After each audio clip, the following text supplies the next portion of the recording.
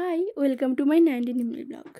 দিনটা ছিল 24শে ডিসেম্বর, কাল ক্রিসমাস, তাই আমরা এখন কেক বানাতে বসেছি।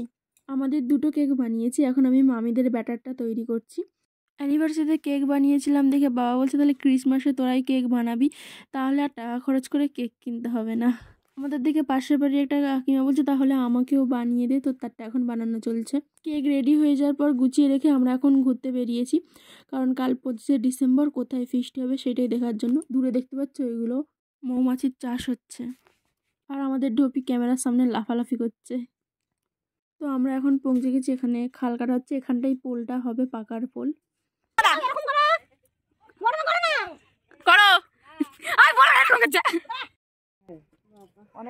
দেখ দুজনকে হেভি সুন্দর দেখতে লাগছে এক ফ্রেমে। অনেক খোঁজাখুঁজি পর ফাইনালি আমরা একটা জায়গা পেলাম কালকে ফিস্টি করার জন্য। আর গাড়িটা যেই স্টার্ট করেছে কাকিমা আরে ভয়েতে ছুটি, দেখো দূরে আমরা দাঁড়িয়ে আছি, এখানেই আমরা ফিস্ট করব কালকে, তাই জায়গাটা দেখে রেখে গেলাম। এসে আবার অনেকদের কেক বানানো শুরু হয়ে গেছে। তো যাই হোক, ব্লগটা কেমন লাগলো জানিও, আর বেশি বেশি করে লাইক করে দিও। টাটা।